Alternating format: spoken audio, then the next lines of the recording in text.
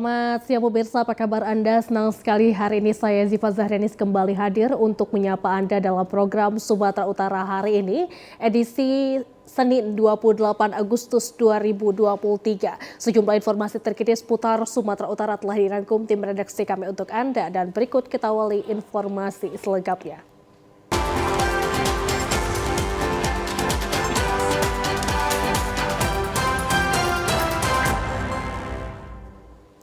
Di informasi pertama pemirsa, pada kunjungannya di Kota Medan, Presiden Joko Widodo juga menghadiri acara bertajuk Rembuk Kemerdekaan yang diselenggarakan Wali Kota Medan Bobi Nasution di areal Gedung Serbaguna Pemprov Su, Jalan William Iskandar, Kabupaten Deli Serdang.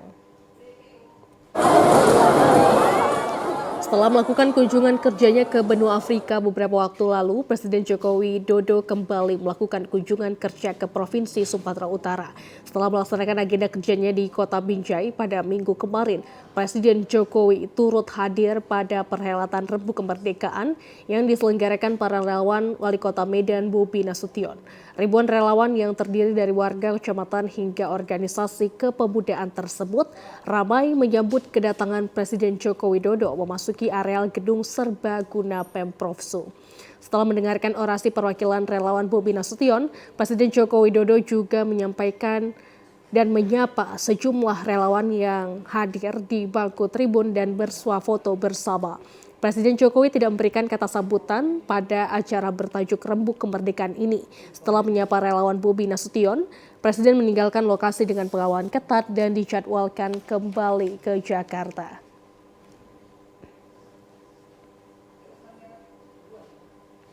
Di informasi lainnya pemirsa, TVRI Sumatera Utara menerima 2 penghargaan pada KPID Sumut Awards tahun 2023 yang diselenggarakan baru-baru ini di Kota Medan, yakni penghargaan kategori talk show dan budaya pariwisata Sumatera Utara. KPID Sumut Awards ini merupakan ajang penghargaan bagi insan penyiaran sebagai bentuk apresiasi terhadap kerja keras dari lembaga penyiaran yang telah berupaya menyajikan siaran yang sehat, berkualitas, mencerdaskan para penontonnya.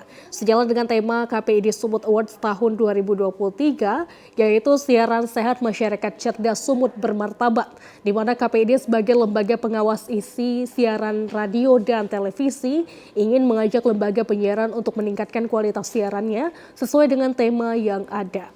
Ketua KPID Sumut Anggia Ramadan mengatakan, setelah beberapa tahun tidak menyelenggarakan KPID Sumut Awards, maka tahun 2023 diharapkan sebagai tahun kemajuan insan penyiaran, terlebih saat ini televisi sudah bertransformasi ke siaran digital.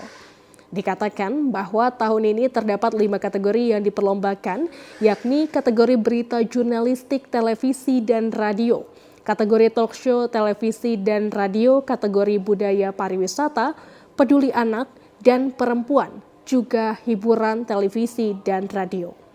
Penilaian yang dilakukan sudah sangat objektif mengingat KPID melibatkan juri yang sangat profesional. Ketua KPID Sumut berharap agar setiap insan penyiaran selalu mematuhi pedoman perilaku penyiaran dan standar program siaran, karena saat ini KPID lebih jeli lagi melihat seluruh isi siaran yang ditayangkan masing-masing lembaga penyiaran. Pertama, pesan yang disampaikan kan kita sudah masuk kepada era digital ya. Pasca ASU kita sudah masuk digital. Harapan kami dari KPID, lembaga penyiaran TV dan radio bisa memberikan konten-konten yang berkualitas, bukan hanya menghibur tapi edukatif, inspiratif, dan tetap berkolaboratif, terutama untuk demi pembangunan Sumatera Utara dan masyarakat khususnya. Yang spesial hari ini ya, kita pikir kan sudah 5 tahun dan ini sudah masuk eranya digitalisasi, ya kan? Nah, ini menjadi menarik bagi industri penyiaran hari, baik itu yang jejaring maupun yang lokal, untuk memberikan konten-konten yang berkualitas. Penghargaan yang diraih TVRI Sumatera Utara yaitu talk show yang mengangkat batik Langkat dan budaya pariwisata di Kepulauan Deas. Pada penerimaan penghargaan itu, Ketua Tim Perencanaan Berita Darmawan menyampaikan melalui penghargaan yang diberikan TVRI akan lebih kerja keras untuk membuat program siaran yang lebih sehat dan mampu mencerdaskan masyarakat lewat seluruh tayangan TVRI Sumut untuk menjadikan Sumatera Utara lebih bermartabat.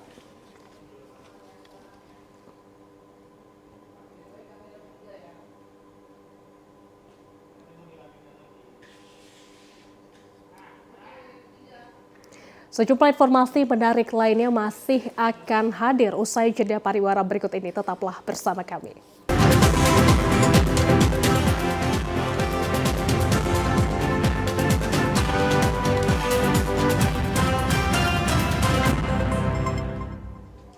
Terima kasih Anda masih bersama dengan kami dalam program Sumatera Utara hari ini. Pemirsa, lebih dari 70 karya masterpiece fotografer jurnalis dipamerkan di pelataran Medan Club. Uniknya, hasil jepretan para fotografer profesional ini bukan dicetak di atas kertas, melainkan di kain, bahkan plastik. Pewarta Foto Indonesia atau PFI Medan bersama Lembaga Kantor Berita Nasional LKBN Antara serta Dinas Kebudayaan Pariwisata dan Ekonomi Kreatif Provinsi Sumatera Utara menggelar pameran foto bertajuk Destinasi Sumatera Utara yang berlangsung hingga 31 Agustus mendatang. Berbeda dengan pameran yang lalu, hasil karya foto kali ini ditampilkan secara outdoor, bukan menggunakan media kertas. Hasil para penggawa fotografer asal Medan ini dicetak di atas media plastik transparan, kain, serta kanvas. Uniknya tampilan warna hasil cetakan foto akan berubah saat terkena sinar lampu maupun pantulan objek di sekelilingnya. Beragam karya yang ditampilkan menonjolkan eksotisme alam dan budaya di Sumatera Utara, seperti keindahan alam Danau Toba, Bukit Lawang, serta potret beragam perayaan hari besar keagamaan. Korwil Sumatera Pewarta Foto Indonesia Hendra Syamhari mengatakan untuk pameran foto yang diselenggarakan kali ini sedikit berbeda. Foto hasil jepretan para fotografer profesional dicetak menggunakan kain atau plastik.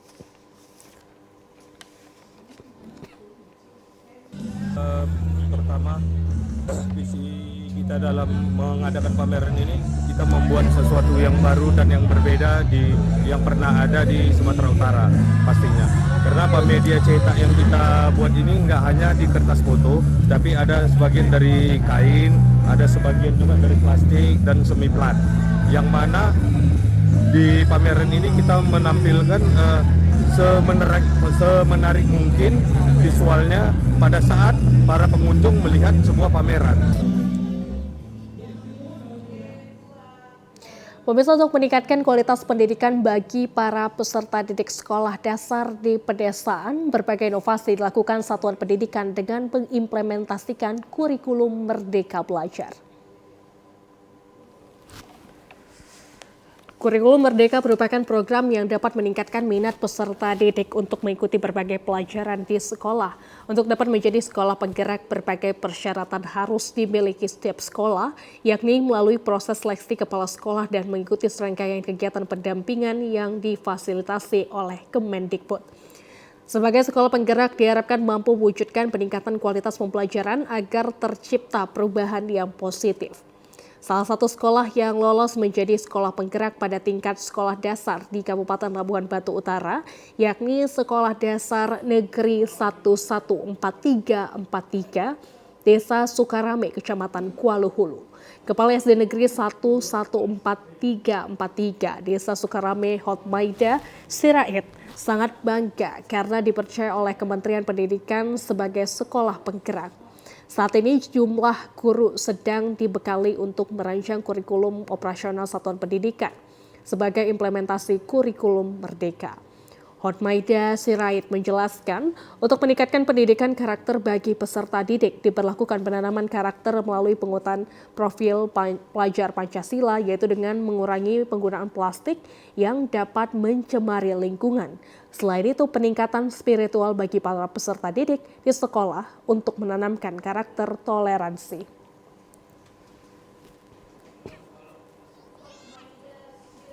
Sekolah ini merupakan sekolah penggerak satu-satunya di tingkat sekolah dasar di Kabupaten Labuhan Batu Utara. Yang kami lakukan adalah mengurangi penggunaan sampah plastik yang dapat mencemari lingkungan sekolah. Untuk peningkatan karakter salah satunya adalah meningkatkan rasa keimanan bagi anak-anak, yaitu dengan salah satunya pembangunan musola di SD 11443 Sukarame. Bagi yang beragama Islam dapat melakukan ibadah ketika waktunya. Dan bagi yang beragama Kristen ada ruangan khusus untuk melakukan ibadah. Kadis Pendidikan Kabupaten Labora Iwan Harahap mengatakan sangat mendukung program Kementerian Pendidikan dalam penerapan kurikulum Merdeka Belajar dan penguatan pendidikan karakter untuk meningkatkan kualitas pendidikan. Saat ini, Dinas Pendidikan mengeluarkan aplikasi penjelajah yang berfungsi untuk pengarsipan belangko ijazah. Untuk mewujudkan pendidikan yang lebih maju, Dinas Pendidikan Labuan Batu Utara berkomitmen untuk menerapkan kesatuan pendidikan yang ada di seluruh Labuan Batu Utara, menerapkan kurikulum Merdeka Belajar dan penekanan pendidikan karakter. Untuk kemajuan pendidikan di Kabupaten Labuan Batu Utara, kolaborasi antara Dinas Pendidikan dan Satuan Pendidikan serta Komite Sekolah akan terus ditingkatkan.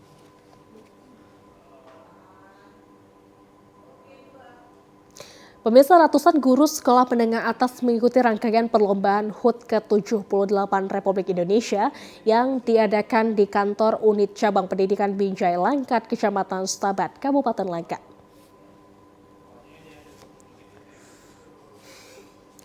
Semarak Kemerdekaan Republik Indonesia hingga kini masih terus berlangsung dengan mengadakan berbagai rangkaian kegiatan perlombaan dan permainan yang dilakukan di berbagai daerah. Di Kabupaten Langkat, ratusan guru sekolah menengah atas kembali mengikuti perlombaan yang diadakan di kantor Unit Cabang Pendidikan Wilayah 2 Binjai, Langkat, bekerja sama dengan Ikatan Sarjana Olahraga. Perlombaan ini diadakan selama 2 hari dari masing-masing sekolah, yakni tenis meja, jalan santai, senam sehat, tarik tambang, dan juga lari godi. Kepala Cabang Dinas Pendidikan Langkat Syaiful Bahri mengatakan kegiatan ini dalam rangka memeriahkan HUT ke-78 Republik Indonesia sekaligus sebagai ajang silaturahmi bagi seluruh guru SMA yang bertugas di wilayah Kota Binjai dan Kabupaten Langkat. Para guru sangat antusias mengikuti berbagai perlombaan ini.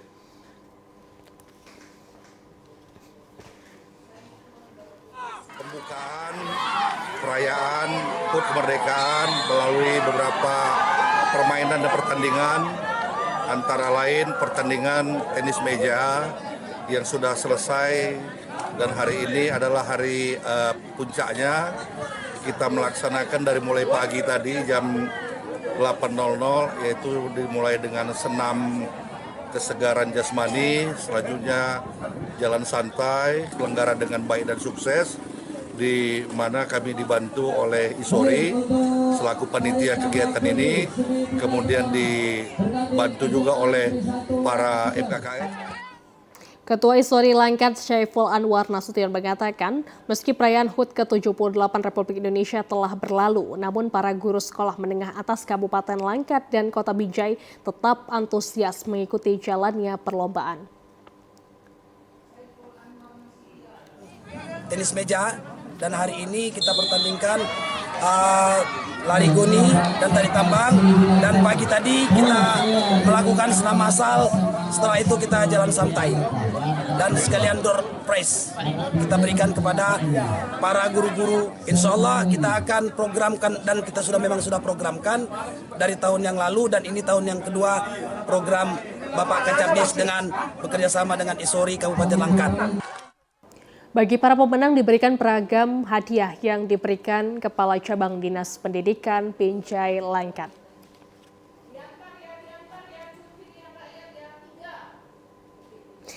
Pemirsa, sejumlah informasi menarik lainnya khususnya untuk pilihan rakyat masih akan kembali sesaat lagi.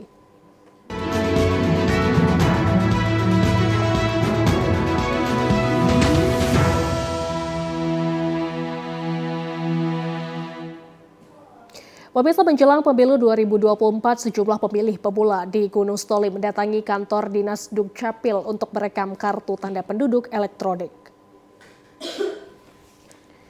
Sejumlah remaja yang telah melewati usia 17 tahun ini telah memiliki kesadaran untuk melengkapi administrasi kependudukan berupa KTP elektronik di kantor Dinas Dukcapil Kota Gunung Sitoli. Para pemilih pemula ini mendapat layanan publik dari pemerintah secara mudah dan cepat. Perekaman data meliputi rekam iris mata dan sidik jari, kemudian tanda tangan dan foto diri. Salah seorang warga pemilih pemula Rinandi usia 19 tahun asal Kelurahan Pasar Gunung Stoli mengatakan ia berkeinginan untuk menyalurkan hak suaranya pada pemilu 2024. Untuk itu, ia melengkapi data kependudukan dengan membuat KTP elektronik yang diwajibkan bagi pemilih pemula sebagaimana diatur Undang-Undang Nomor 7 Tahun 2017 tentang Pemilihan Umum.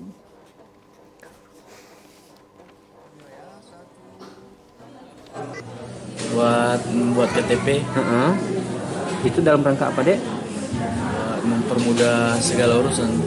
Buat Apakah termasuk dalam rangka pemilu juga ini nanti, Dek? ya masuk ya Mengapa itu diwajibkan ya? wajib Ya, gimana pelayanannya tadi? Memuaskan, cepat? memuaskan, cepat. Kamu udah berumur berapa tahun sekarang? 19. Berdasarkan data yang dihimpun di wilayah Kota Gunung Stoli, masih terdapat 3.000 lebih merupakan pemilih potensial non-KTP elektronik. Sementara KPU RI sudah menegaskan KTP elektronik wajib dimiliki oleh pemilih pada hari pemungutan suara. Untuk itu seluruh warga, terutama pemilih pemula, segera melakukan perekaman KTP elektronik melalui Dinas Kependudukan dan Pencatatan Sipil di daerah masing-masing. Kita ke Tapanuli Utara, pemirsa. Komisi Pemilihan Umum Taput melakukan tahap pencermatan daftar calon sementara anggota DPRD sesuai dengan tahapan pemilu tahun 2024 yang diumumkan pada hari Jumat 18 Agustus mendatang. Komisi Pemilihan Umum Taput memberikan kesempatan kepada partai politik untuk melakukan perbaikan atau pergantian bacalek saat pencermatan rancangan daftar calon sementara kepada partai politik. Berdasarkan keputusan KPU nomor 996 tahun 2023, disebutkan bahwa dokumen bacalek yang telah diverifikasi administrasi dan dilakukan perbaikan serta dinyatakan tidak memenuhi syarat dapat diganti pada masa pencermatan rancangan DCS mulai tanggal 6 hingga 11 Agustus mendatang. Dalam tahapan pencermatan tersebut hingga selesai untuk ditetapkan, dalam penetapan DCS akan diumumkan pada hari Jumat tanggal 18 Agustus mendatang. Selain itu, menurut Ketua KPUD Taput, untuk penetapan daftar calon tetap akan dilakukan sesuai dengan tahapan yang ditetapkan KPU. Ketua KPUD Taput Kopman Pasaribu mengatakan dalam pencermatan DCS partai politik yang sudah yakin dengan daftar bacaleknya, maka datanya akan dikunci KPU dan bagi partai politik yang hendak melakukan perubahan, maka KPU akan meminta partai politik mempersiapkan dokumen yang dibutuhkan.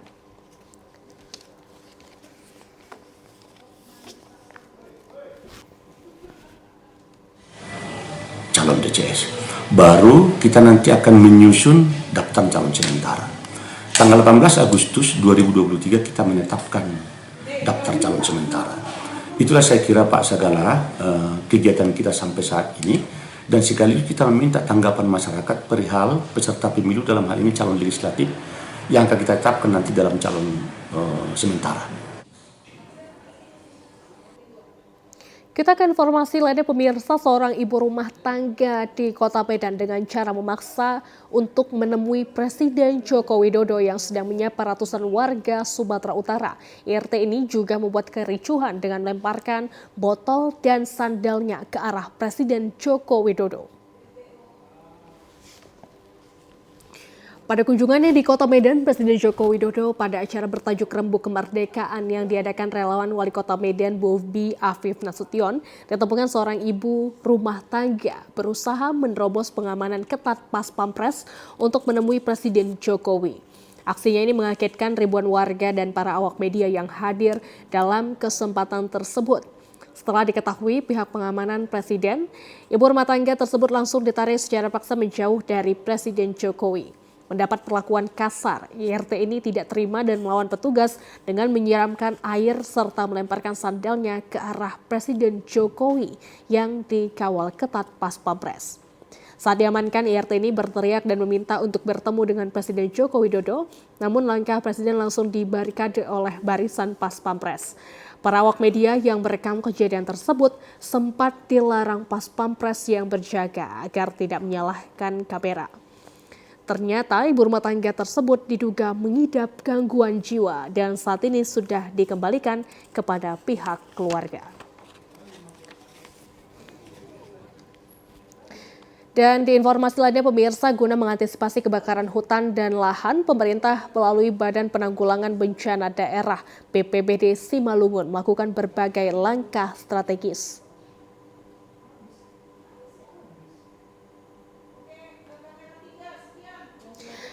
Dan pemirsa, informasi yang baru saja Anda saksikan menutup perjumpaan kita pada siang hari ini. Mewakili seluruh kabar kerja yang bertugas, saya Ziva Zahrianis mengucapkan terima kasih atas perhatian Anda.